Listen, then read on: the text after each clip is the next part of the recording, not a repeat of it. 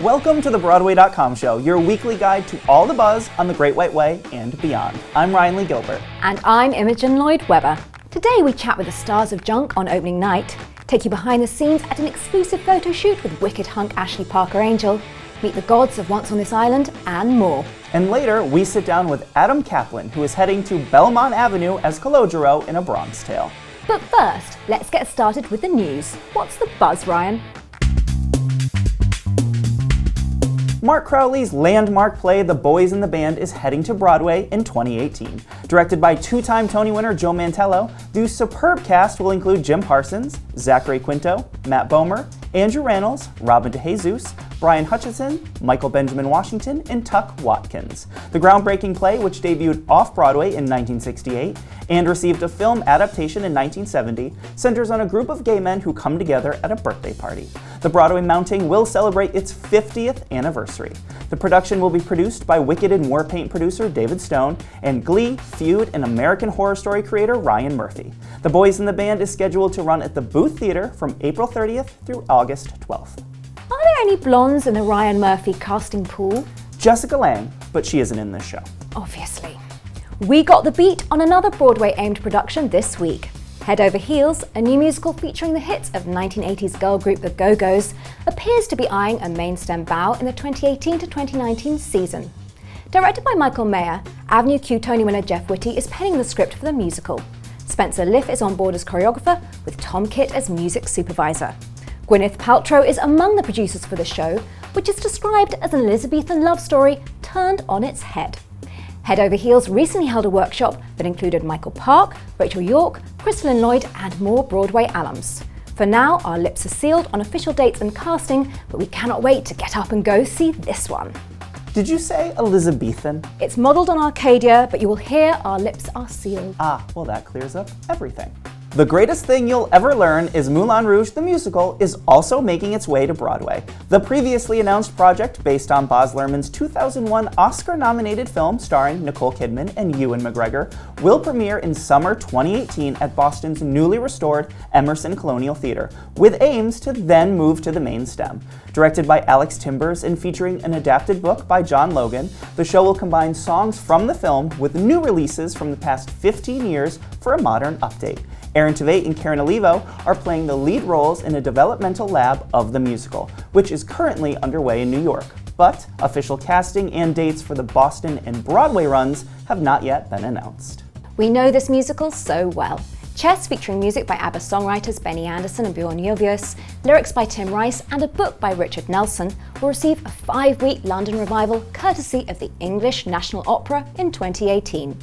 School of Rock's Lawrence Connor has been tapped to direct, alongside choreographer Stephen Mear.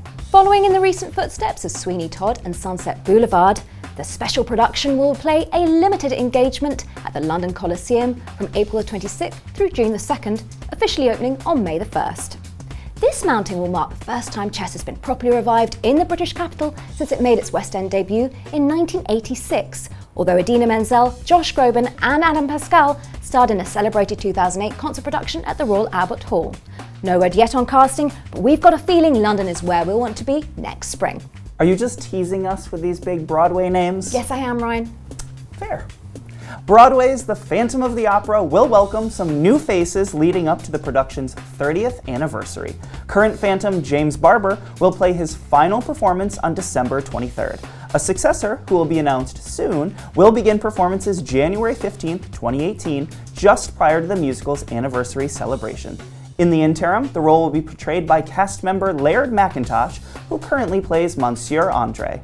Meanwhile, opera stars Raquel Suarez-Groen and Carlton Moe joined the Broadway cast on October 30th as Carlota and Piangi, respectively, in their Broadway debuts. And fresh off her run in Prince of Broadway, Kaylee-Ann Voorhees will return to the role of Christine at certain performances, beginning the week of November 6th. Time for a casting roundup. Olivier winner Lee Zimmerman returned to the stand as Broadway's Velma Kelly in Chicago on October 30th, taking over for Amra Faye Wright at the Ambassador Theatre. Over at the Brooks Atkinson, David Josephsberg will join the company of Waitress as Ogie. He steps in for Christopher Fitzgerald for a limited engagement from November the 3rd through November the 19th. Looking ahead, Mel Powley has been tapped for the role of Dawn in the upcoming Broadway production of Kenneth Lonergan's Lobby Hero. Headlined by Michael Cera, Chris Evans and Brian Tyree Henry, the Trip Carman-helmed play will reopen Broadway's Helen Hayes Theatre when it begins previews on March the 1st. And finally, Adam Kaplan will be one of the great ones as Calogero in A Bronx Tale.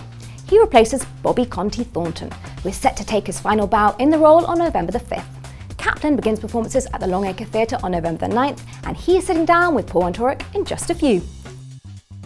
When we come back, we'll get a glimpse of a divine photo shoot with Leah Salonga and the gods of Once on This Island, hit the red carpet with Stephen Pasquale and the stars of Junk on opening night, and more. This week on Broadway.com, Lily Cooper launches her SpongeBob SquarePants vlog, Getting Cheeky. Waitress star Betsy Wolfe goes apple picking on Side by Side by Susan Blackwell. And Meteor Shower funny guy Jeremy Shamos sits down for a chat on Show People. Downton Abbey's Elizabeth McGovern is superb in Time and the Conways. This plush and haunting revival is freshly gripping, a beautifully realized family drama, profound and timely. Time and the Conways, on Broadway. I'm Alex Newell, and you're watching the Broadway.com show. Welcome back. Pulitzer Prize-winning playwright Ayad Akhtar's new work, Junk, is an epic drama about a junk bond trader's hostile takeover of a steel company.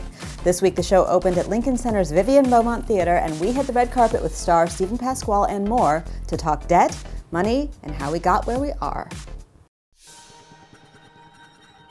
It's a Shakespearean war play for our time. We don't go to war on the battlefield with swords and shields anymore, but they certainly do on Wall Street when companies go after each other. There's a lot of people learning about how deals were made in the 80s and how deals are still made. It's the beginning of the world of credit, the world of debt that everyone is committed to, everyone is involved in.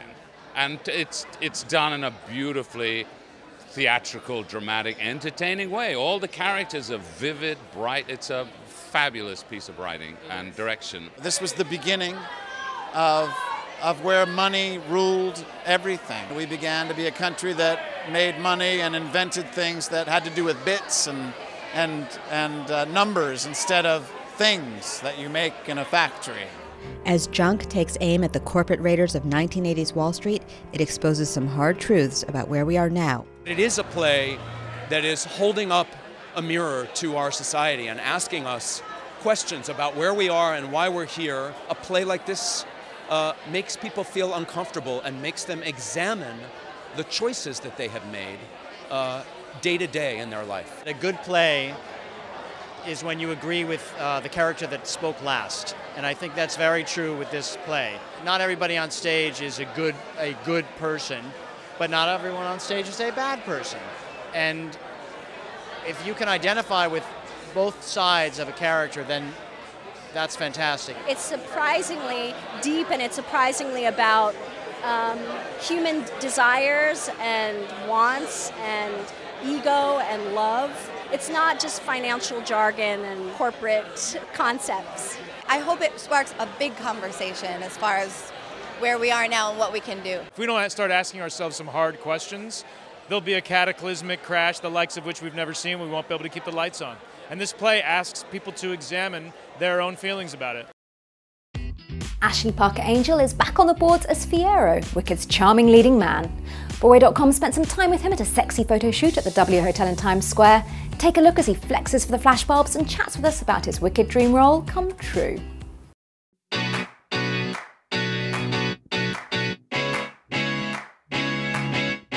Life is awesome. See what I did there? Oz if. That's another one we like. No, it really is actually, this role is a total dream come true. It is my role, I feel anyways. When I first saw Wicked, I was actually starring in Hairspray on Broadway's Link Larkin. I go see Wicked and I just had that moment of like, the curtain dropped and I was just floored. I couldn't get out of my seat. And I just had that feeling of like, how do I be a part of this someday? Because it was just so magical. I feel like that's the best word for it. Of course, it's this great story, but it had this darkness to it too a little bit. When you watch Wicked, you will never look at The Wizard of Oz quite the same way again, which is what's so cool about it. My son Lyric came and saw me when I played it on tour, and he's the perfect age at the time because he was 9 years old, and he was just like blown away by it. It was such a cool experience to kind of relive my first experience, kind of watching him with his first experience. He just like, he wants to come see it every single night if he can. And I told him someday he's gonna play Fiyero. Actually, I'll be playing the Wizard and he'll be playing Fiyero. You know, Fiyero kind of has a swag to him, you know what I mean? That I think kind of works well from my background in music and where I come from. I think it's a good role in that way.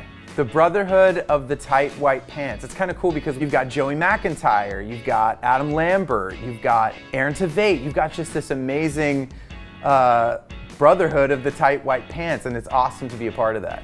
When I was a teenager, I was taking acting classes, and I had no idea that I was going to end up launching a music career. I sort of fell backwards into it. So I was all set to study theater, and I did Grease, and I played Danny Zuko at the college production, and it was like, this is what I want to do.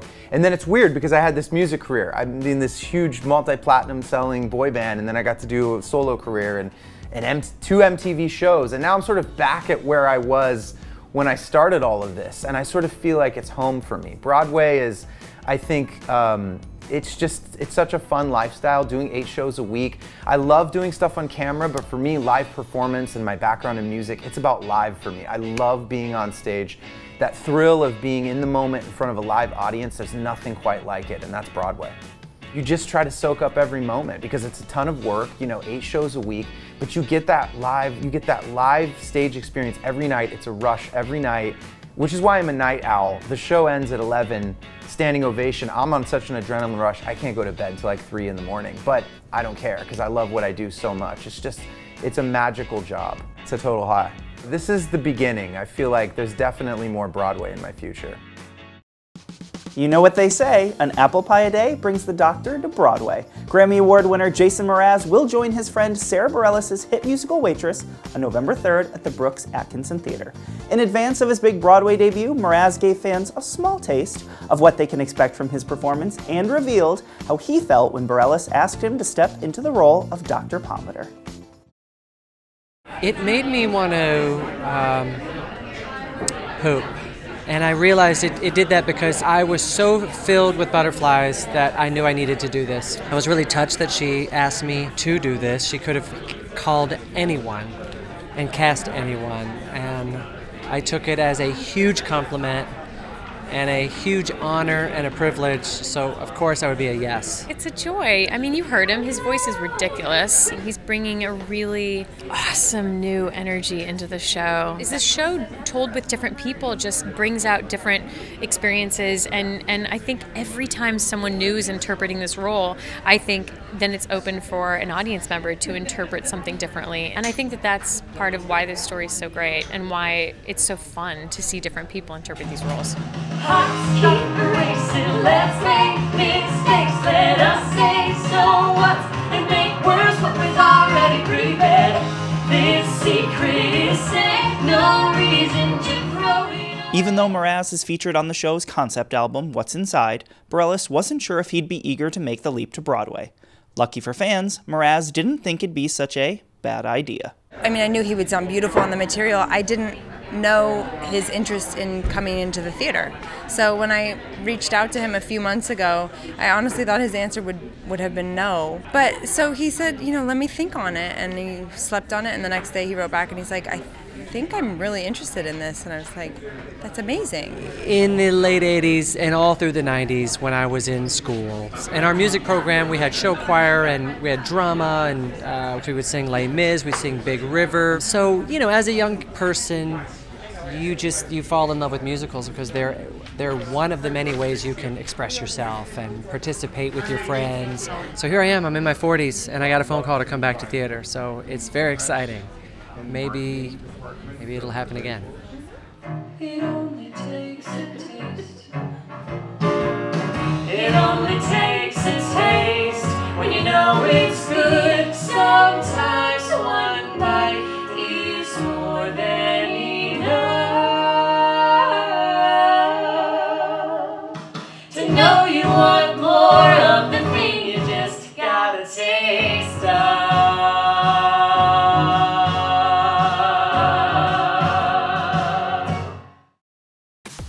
In the beloved Aronson Flaherty musical Once on This Island, the characters of a small storm-ravaged island are ruled by powerful gods. Broadway.com's Caitlin McNaney shot the stars who played these otherworldly beings in an exclusive photo shoot. See the fierceness that is Leah Salonga as Razuli, Alex Newell as Asaka, Merle Dandridge as Papa Gay, and Quentin Earl Darrington as Agwe, and listen as they tell us about their characters and more.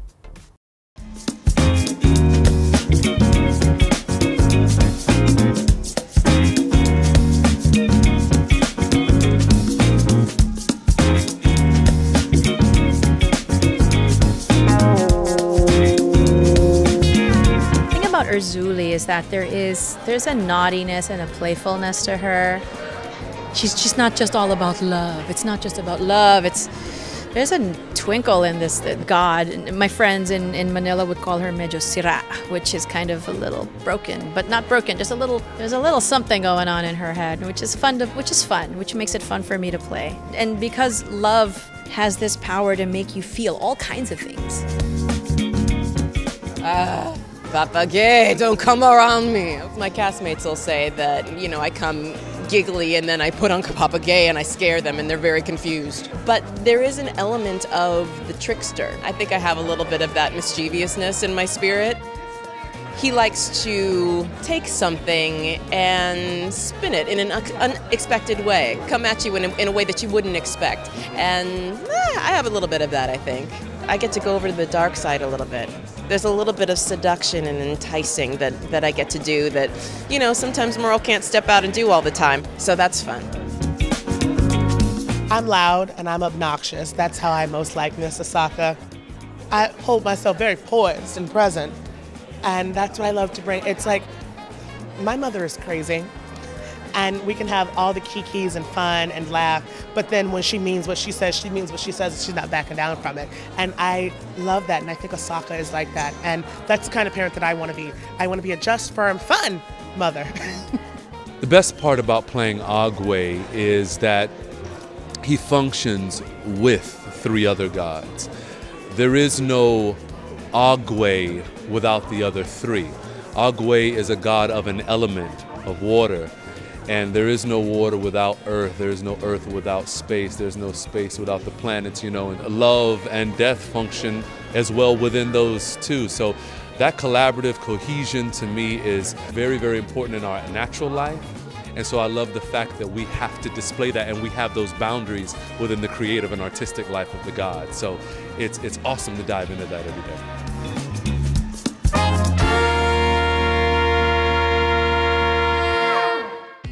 When we come back, we meet Adam Kaplan, who is getting ready to be a Bronx Tales leading man on November the 9th. And all that jazz. Come on, babe, I know a whoopee spot where the gin is cold but the piano's hot. It's just a noisy hall where there's a nightly brawl and all that jazz.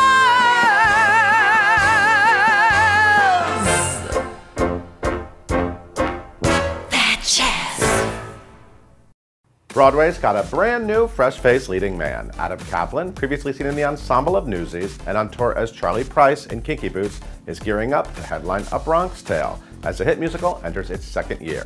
We recently sat down with the rising star to find out why he can't wait to tell the story of Calogero, a young man growing up on the tough streets of New York City.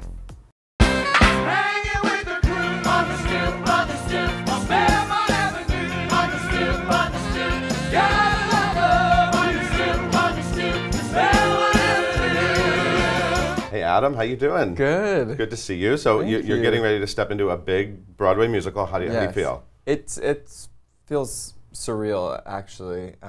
It's all I've ever wanted to do, and getting to do it in a show like Bronx Tale is really special. So do you get nervous? Like, so, you know, the first performance is next week. How are you going to be feeling backstage?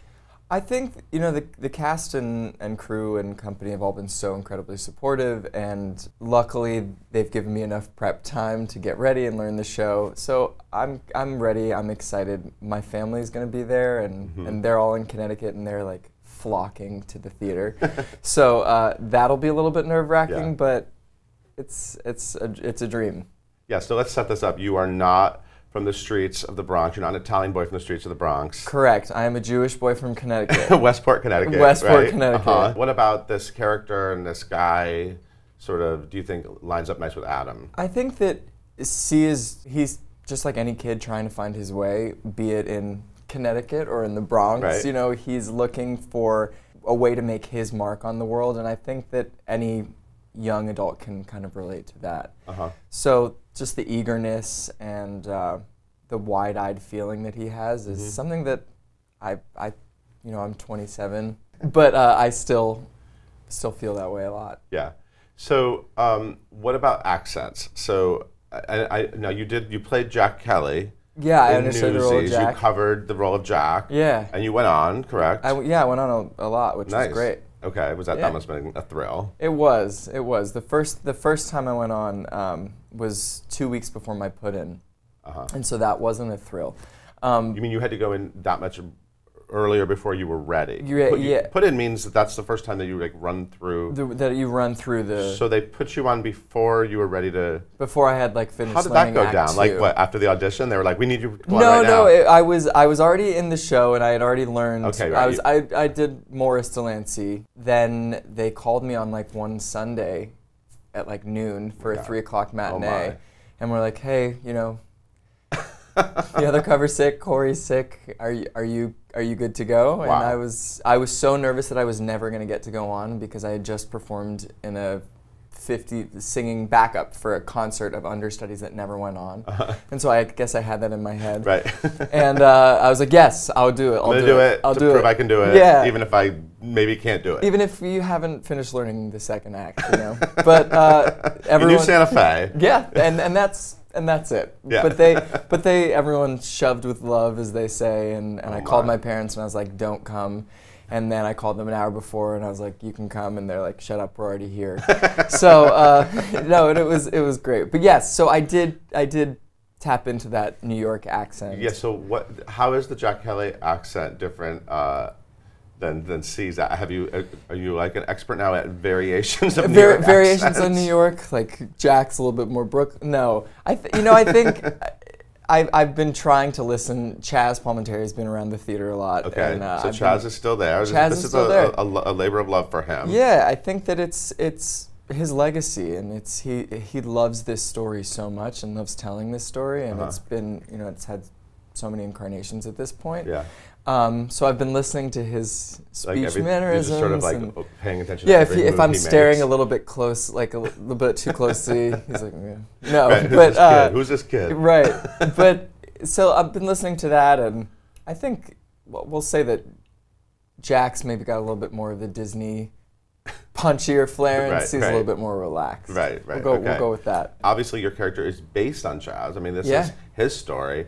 So what was it like when you first met him? Did he come to an audition? What was the process like? I was actually in LA trying to make some stuff happen out there, and I sent in a tape for my initial audition and flew back for the callbacks. What was the tape like? Did you make it on your phone? I made it on Somebody my help iPhone. Yep, somebody helped. It was like, you hear all these stories, it's like you send out a self-tape and you're like, where is this going? Is anyone going to watch this? And I guess they did. Right.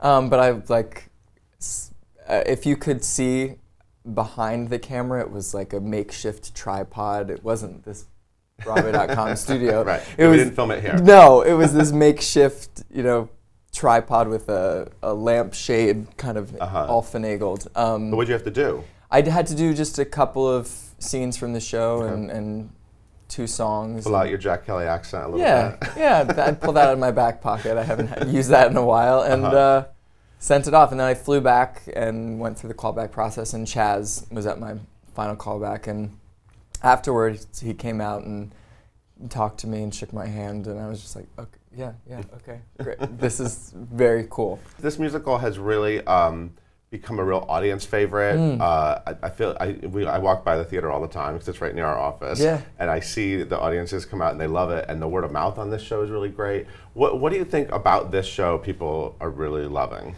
Well, the music is, it's Alan Menken, and it feels like music from the 60s. And I think that was the goal. The movie soundtrack was all mostly original music too, and it's got that doo-wop feel.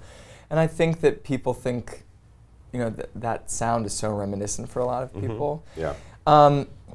And it really is. I think I saw one of the advertisements. It's like a combination of Jersey Boys and West Side Story, Right. and I think that's true. It's got that upbeat feeling. It's got the love story. It's the push and pull of two different neighborhoods. Yeah. So I think people find a lot that they can enjoy about our show. And for you, I mean, isn't like Tony and West Side Story like one of your sort of top dream roles? Yes, and, it is. And you fell in love with all this because of West Side Story, right? Yeah. You did your my homework. research, Yeah. My dad took me to see West Side Story when I was maybe 6 or 7 in our local high school, and I was like, I have to do that. And so I've been a theater nerd ever since. So maybe you can tap into that a little bit. And Sure. pretend like you're in like a modern day Tony. Yeah, except spoiler, I won't die at the end of the show. Well, no, Chaz Palminteri is No, he's walking still around. kicking. He's still kicking. Yeah. Now, you also, audiences around the country may have seen you as Charlie Price in Kinky Boots, right? You did the tour. I did How long did you do the tour? I did the tour for about 15 months. Wow. Yeah. That's a long time. It was a long time to be on the road, but that was also another bucket list. I've always wanted to tour. I love to travel and to get to go to all these cities, and especially with that show, to bring that message at this time in our country was really great. When did you first get on stage? I was the porcupine in Winnie the Pooh when I was like pivotal role. It was a pivotal role. Is there an accent with that one? I don't think I had any lines. So, I did have one line, but I forgot it. And the squirrel, which was also a pivotal role, elbowed me, and then I remembered to say my line. But my dad made my costume, and I wore these this brown sweatpants and sweatshirt, and he cut up broom thistles and hot glue them on. Wow. Yeah. Wow, look at that. Dedication. See? Are there any moments you just can't wait to get up there and do in the show? I mean, have you been watching it a lot? Yeah, I've been watching the show a lot. Thornton's been doing it. He's amazing. Yeah, he's and great. He's such a, I couldn't have asked for a better person to help kind of lead the way. I've been watching the show pretty much every night, and the opening number is just so much fun. You get to step out right from the beginning and say, this is my story, and then the whole world comes to life around you. It's pretty cool. I was talking to someone in the office, and they were saying they think it's one of the best opening numbers on Broadway right now. So I'll quote them on that. Well, I can't wait to see you do it. Thank you so much. Congratulations. So nice to Thanks. meet you. Nice and to meet everyone you. needs to check out this guy and his accent in The Bronx Tale. Thanks, Adam. Thanks. When we come back, there's more gorgeous singing from Waitress's Betsy Wolfe and her new co-star, Jason Mraz. Downton Abbey's Elizabeth McGovern is superb in Time and the Conways. This plush and haunting revival is freshly gripping, a beautifully realized family drama, profound and timely. Time and the Conways, on Broadway. Hi, I'm Michael Urie, and you are watching the Broadway.com show. Thank you for watching the Broadway.com show. We leave you with Betsy Wolfe and Jason Mraz singing a fabulous rendition of Bad Idea from Waitress. Enjoy. See you next week. Hearts stop racing, let's face it. Making mistakes like this will make worse what was already pretty bad. Time stop running, it's time we just let this thing go. It was a pretty good bad idea, wasn't it though?